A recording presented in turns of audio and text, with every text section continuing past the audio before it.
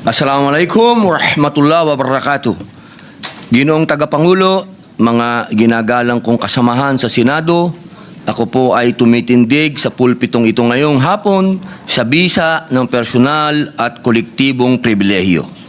Sa mga nagdaang linggo at buwan, sunod-sunod pong sinubok ang ating bayan. Hindi pa man nakakabangon ang ilang lugar sa pagyanig ng lupa, nasundan na agad ng pagbagyo at pagbaha. Sa aking pagpunta kamakailan sa Cebu, nakita ko ang dalawang mukha ng sakuna. Ang bigwas ng lindol at hagupit ng bagyo. Magkasunod nilang winasak ang bayan. Mga pader na bumigay, mga bahay at mga establishmentong pinaghirapang itaguyod ng ilang taon ay gumuho. Mga sasakyan na nagkapatong-patong at mga komunidad na hanggang ngayon ay nababalot pa rin ng takot at pangamba. Sa mga ganitong panahon, lagi na lang nating naririnig na pinupuri ang pagiging resilient o matatag ng mga Pilipino. Halos nakatahina ang katangingang ito sa ating pagkatao. Pilipinong matatag, matibay ang loob, matiisin sa gitna ng sakuna. Palibasa ba ang mga Pilipino ay matatag? Dapat bang palagi na lamang siyang makaranas ng paghihirap at pagdurusa? O likas bang delikado talaga ang Pilipinas pagdating sa mga sakuna? O naging ganito na lang kadelikado dahil sa kapabayaan at pagsasamantala? Mahigit po 4 na milyong Pilipino sa 8 rehiyon ang sinalanta ng Bagyong Tino. Mga ari-arian, mahigit 155,000 bahay ang naitalang nawasak, 155,000, at ang naitalang pinagsamang halaga ng pinsala sa agrikultura at infrastructure ay tinatayang nasa 337.6 million at baka tumaas pa. Ang isang hindi katanggap-tanggap at pumupukaw sa dibdib ng bawat Pilipino ay ang mahigit 200 ang naitalang nasawi, kinain ng putik na lagpas tao, at mahigit 100 ang nawawala, at mahigit 500 ang sugatan. Habang bumabangon pa lamang ang iba nating mga kababayan at mga institusyon sa nagdaang bagyo, dumating naman ang Bagyong Uwan na nanalanta sa mahigit 2 milyong Pilipino sa 15 rehiyon. Sa kasalukuyan, mahigit 800,000 ang nasa evacuation centers. 6 ang naitalang nasawi at tinatayang mahigit 4,000 bahay ang napinsala. Naulat din ang pagbaha sa mahigit 200 lugar, habang halos 300 bahagi ng kalsada at higit sa 50 tulay ang hindi madaanan sa kasagsagan ng bagyo.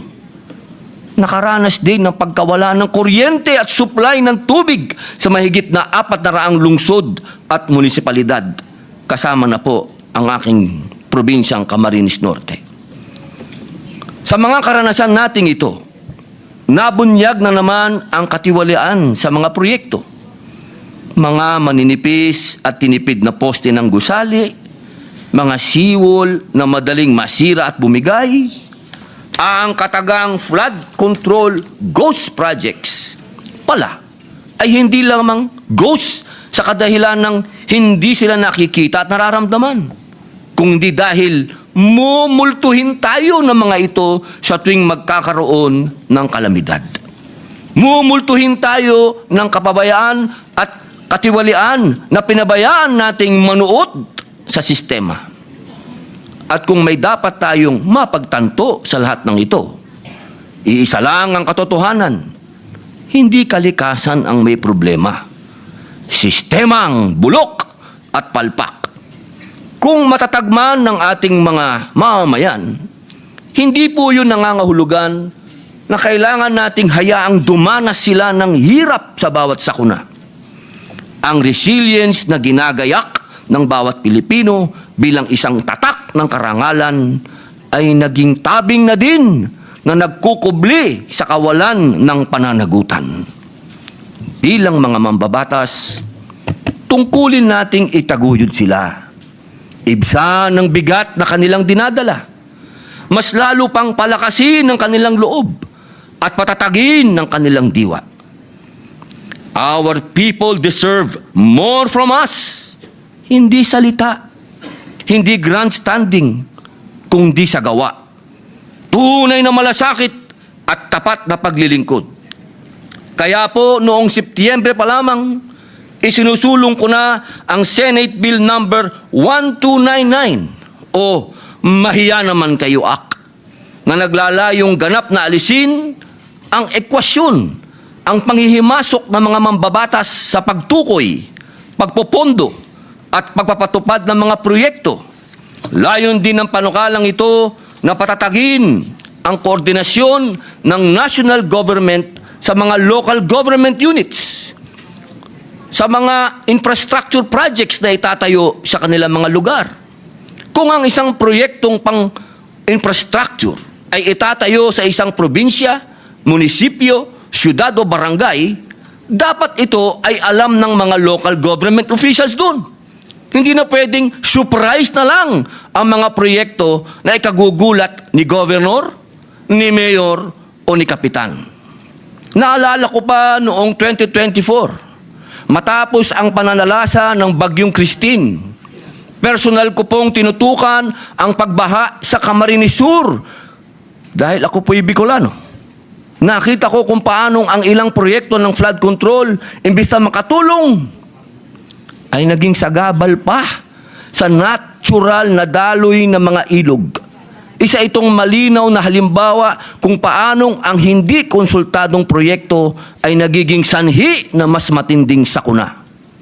Maaalala din na sa kasagsagan ng mga bagyo noong Hulyo nitong taon, nanawagan po si Manila Mayor Isko Moreno na ibigay sa mga LGU ang pamamahala sa mga pasilidad kontra baha. Dapat sa kanila magsimula ang proyekto. Dapat sa kanila manggaling ang plano. Dapat sila ang nagpapasya kung paano magpoprotektahan ang kanilang mga mamamayan. Ang trabaho ng legislatura ay magbigay ng otorisasyon sa pamamagitan ng batas, hindi ng padrino. Magbigay ng gabay, magbigay ng solusyon, hindi ng problema. Kung pumalpak ang proyekto, kung may pagkukulang, dapat malinaw kung sino ang mananagot, hindi na kung ano-ano pang investigasyon. Ngunit, kahit ayusin natin ang sistema, paano po tayo makakaiwas sa sakuna kung hindi natin alam ang panganib? Kaya, isinusulok ko rin po ang Senate Bill number 1481, ang National Hazard Mapping Act.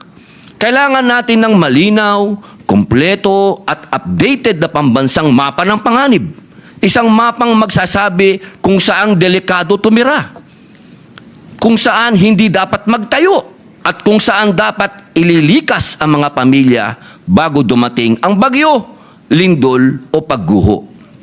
Ang mapang ito ay buuin sa pamamagitan po ng koordinasyon ng DNR, NAMRIA, DOST, Climate Change Commission, NDRRMC at DILG, at i-update tuwing 5 taon.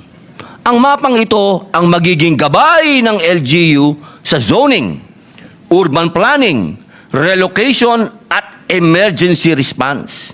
Hindi pwedeng hula-hula ang buhay ng Pilipino. Hindi pwedeng tsambahan ang kaligtasan ng komunidad. Ang respeto sa siyensya ay respeto sa buhay. Sa diwa ng katarungang panlipunan at malasakit, ang inyong lingkod ay maghahain din po ng isang resolusyon na nanawagan sa lahat ng government financial institution at iba pang ahensya na magpatupad ng pansamantalang moratorium sa pagbabayad ng utang sa mga lugar na idiniklarang nasa ilalim ng state of calamity. At humihikayat sa mga pribadong bangko at institusyon na makiisa sa diwang ito.